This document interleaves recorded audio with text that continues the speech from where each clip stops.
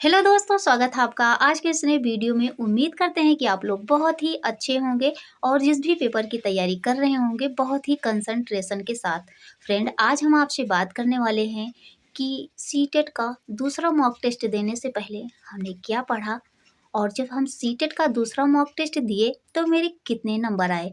तो फ्रेंड, चलिए सबसे पहले बात करते हैं कि हमने सीटेट का मॉक टेस्ट देने से पहले क्या पढ़ा। तो फ्रेंड, यूथ पब्लिकेशन की मेरे पास 2 बुक है। ये है जो सिर्फ सीटेट के लिए है। इसमें 2011 से 2025 तक सॉल्व पेपर दिए हुए हैं और एक है वो भी यूथ पब्लिकेशन की ही है। इसमें यूपी टेट और सीटेट दोनों के सॉल्व पेपर दिए हुए हैं। तो इस दोनों बुक को हमने सिर्फ एक बार पढ़ा है और RWA के सिर्फ 5 क्लास हम देखे हैं जो कि यूट्यूब पे हैं।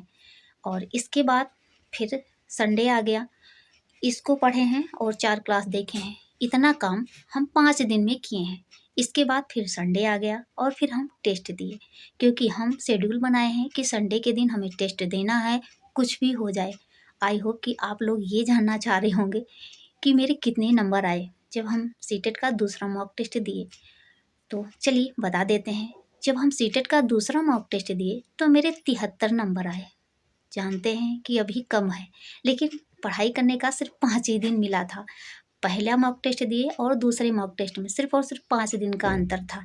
पहले मॉक टेस्ट में मेरे 68 नंबर आए हैं, जैसा कि हम आप लोग को वीडियो के माध्यम से बताए थे। और जब दूसरा दिए तो मेरे 73 नंबर आए हैं और अभी भी हम उस पर काम कर रहे हैं। मेरा ये लक्ष्य है कि कम से कम 110 जाना चाहिए, क्योंकि लक्ष्य जब बड़ा होता है तो इंसान मेहनत भी बहुत ज़्यादा करता है। और अब हम तीसरा मॉक टेस्ट देने की तैयारी कैसे कर रहे हैं वो आपको हम बताते हैं। हम RWA के जो यूट्यूब पे क्लास हैं सीटेट वाले, उसे कर रहे हैं और इसके बाद मेरे पास नोट्स हैं सीटेट के, उसको अभी हम रिवाइज कर रहे हैं। क्योंकि कुछ क्वेश्चन ऐसे होते हैं कि जब हम उसके बारे में हमें विस्तृत जानकारी रहेगी फिर हम उसे सॉल्व कर पाएंगे, नहीं तो हम फंस जाएंगे। तो इस वजह से हम वो भी पढ़ रहे हैं।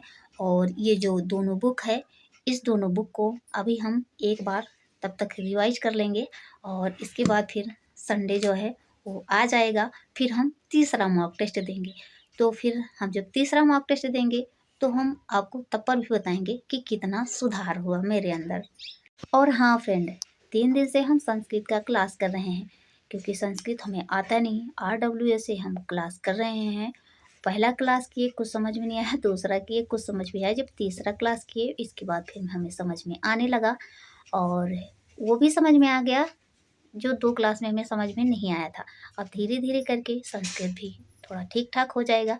तो जो मेरे संस्कृत वाले नंबर कट जाते थे अब वो नहीं कटेंगे।